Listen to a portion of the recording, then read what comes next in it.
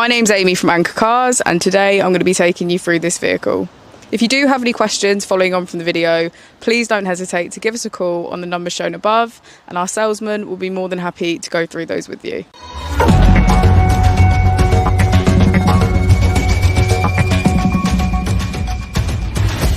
Today we have the 2022 Hyundai Kona.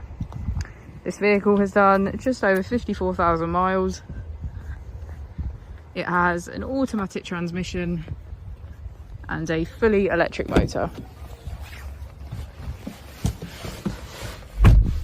To the left of our steering wheel, we have voice control as a feature, as well as automatic headlights. On the right, we have cruise control and automatic wipers. Using the buttons just below, we can access map, navigation, our button settings, radio, media, and setup. If we put the vehicle into reverse, we can see that it comes with a parking camera with parking sensors.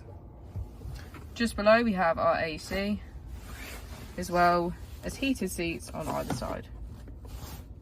We also have our heated steering wheel, and if we press our drive mode button, we can switch between eco mode, normal mode, sport mode, and if we hold down, eco plus.